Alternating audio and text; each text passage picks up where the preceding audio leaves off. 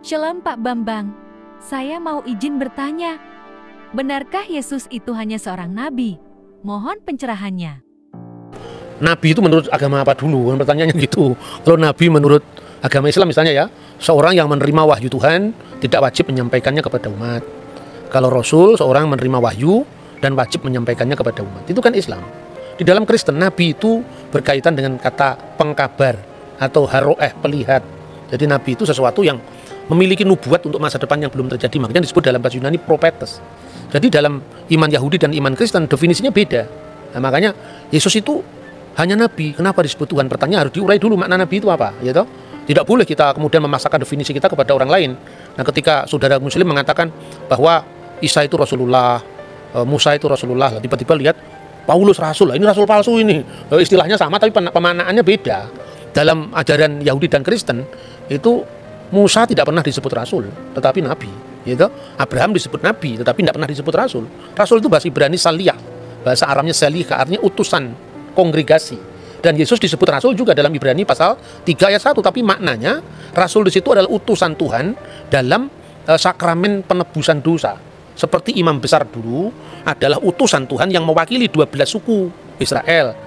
Diasisteni oleh 70 tua-tua kan itu kan. Maka pola ini persis diteruskan oleh perjanjian baru. Yesus adalah imam besar perjanjian baru, makanya dia disebut Rasul, mewakili 12 suku, sekarang dirohanikan. 12 suku itu sekarang adalah gereja, ya, 70 murid, tapi bilangannya tetap sama, ada imam besar, ada 12 murid, ada 70 murid. Itu kan gambaran Yudaisme tentang imam besar yang menjadi utusan mewakili 12 suku, biasanya imam Lewi kan. Kemudian ada 70 tua-tua, ya, itu yang tercatat di sana. Itu jadi Yesus itu nabi juga. Tapi nabi dalam makna yang berbeda dengan nabi Islam gitu loh. Dan nabi tidak dipertentangkan dengan ketuhanannya. Karena jabatan imam besar itu ada jabatan Mesias atau sang Mesias itu imam, nabi, raja. Ini. Jadi Mesias itu raja, Mesias itu nabi, Mesias itu imam, itu dalam iman kita. Kalau soal Tuhan, kita kalau menyanyi di gereja-gereja karismatik, gereja-gereja Pentakosta itu kan Yesus Tuhan dan Allah kami itu kan. Jadi dalam hal ini Yesus adalah God sekaligus Lord. Saksi Yehova percaya Yesus itu Lord, Tuhan, tapi nggak percaya Yesus itu God. Karena apa? Dia masih rancu dalam memahami Yohanes pasal 1 ayat 1. Jadi Yesus disebut Allah itu bukan kemanusiaannya itu adalah Allah, tidak, tapi praeksistensi. Sebelum firman menjadi daging, firman itu sudah ada dan firman itu adalah Allah. Jadi dalam wujud ilahinya, dalam kodrat ilahinya, firman itu adalah Allah. Kemanusiaannya tentu baru ada telah dilahirkan Bunda Maria kan. Nah, dalam tugas kemesiasannya itu, maka Yesus disebut Tuhan. Tuhan itu Lord. Dari mana teksnya? Kalau kita membaca misalnya di dalam Injil Markus ya, pasal 12 ayat 29 dan seterusnya, itu jelas ketika Yesus ditanya hukum apa yang paling utama dari segala hukum yang ada. Misvah Harishona. Itu yang pertama, Shema Yisrael Adonai Elohenu, Adonai ya kan. Shema Yisrael Adonai Elohenu, Adonai Echad. Dengarkanlah wahai Israel, Tuhan Allah kita, Tuhan itu esa. Itu yang menunjuk kepada Godhead, keilahian, divine of Jesus Christ. Tapi kalau kita membaca ayat-ayat selanjutnya misalnya di dalam pasal 12 mulai dari ayat 30 berapa ini? 37 38 ya. Pada suatu kali ketika Yesus mengajar di Bait Allah, ia berkata, bagaimana ahli-ahli Taurat dapat mengatakan bahwa Mesias adalah anak Daud? Daud sendiri oleh pimpinan Roh Kudus berkata, Tuhan telah berfirman kepada Tuanku, duduklah di sebelah kananku sampai musuh-musuhmu kutaruh di bawah kakimu. Daud sendiri menyebut dia tuannya. Bagaimana mungkin ia anaknya pula? Orang yang besar jumlahnya mendengarkan dia dengan penuh minat. Jadi Yesus itu anak Daud, betul, secara daging. Makanya Injil Matius diawali dari inilah silsilah Yesus Kristus, the book generation, ya, Sefer Toledot Yesua HaMasiah. Buku generasi, buku silsilah Yesus Kristus ben David, anaknya Daud ben Abraham. Jadi secara daging dia anaknya Daud karena dia keturunan Daud. Itulah yang merujuk pada kemanusiaan Yesus Kristus. Makanya orang banyak itu kan kaget. Loh, katanya di Mazmur kan dikatakan dia adalah Tuan, Adoni, Tuanku.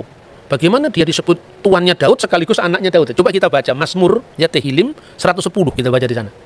Ayat 1 dulu, ayat 1 dulu. Mazmur Mesianik. Ya, Mazmur Mesianik, betul. Le David Mismor, Neum Adonai Ladoni, Sef Lemini Ad Asid Oyefeha, Hadom Relak Leha, menjadi tumpuan kakimu.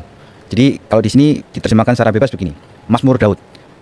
Tuhan mendeklarasikan kepada Tuanku, duduk di sebelah kananku sampai ku buat musuh-musuhmu menjadi tumpuan kakimu.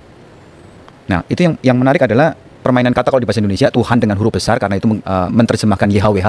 Sedangkan yang satu adalah Ladoni, Tuan, benar-benar Tuan. Nah, Tuhan itu Tuan di atas segala Tuan. Gitu. Nah, yang menarik di sini yang ayat keempat kali ya, Pak. Ini tentang keimaman. Niswa Adonai, Velo Yinahem, Ata Kohen Leolam, Al Dibati Malkisedek. Jadi Tuhan bersumpah dan dia tidak menyesal. Engkau adalah imam. Imam tapi menurut apa? Imam yang kekal menurut perkataan Melkisedek. Nah, itu keimamannya Yesus, bukan imam berarti dalam dia harus keturunan Lewi, bukan. Tapi dia adalah imam menurut Melkisedek. Makanya tadi disebut ada 3 matra atau 3 aspek dalam gelar Mesias, yaitu raja pertama ya. Makanya disebutkan di situ firman Tuhan, Neum Hashem Ladoni, kepada tuanku. Nah, dalam bahasa Indonesia tadi betul dikatakan Mas Edward bahwa kalau Anda membaca bukunya Muhammad Yamin, Kamus Melayu abad 18-19, itu tuan segala tuan, itu Tuhan. Jadi huruf H di sini menekankan ketuanan di atas ketuanan. Jadi penguasa segala penguasa. Dalam makna ini Yesus disebut Tuhan. Duduklah kamu di sebelah kananku. Apa konteksnya? Bukan berarti ada 2 kursi, terus Allah di sebelah kiri, Yesus di sebelah kanan. Bukan seperti itu. Itu artinya apa? Ruang Maha Kudus, tempat Sekinah ilahi, artinya kehadiran ilahi, itu sebelah kanannya adalah istana Daud.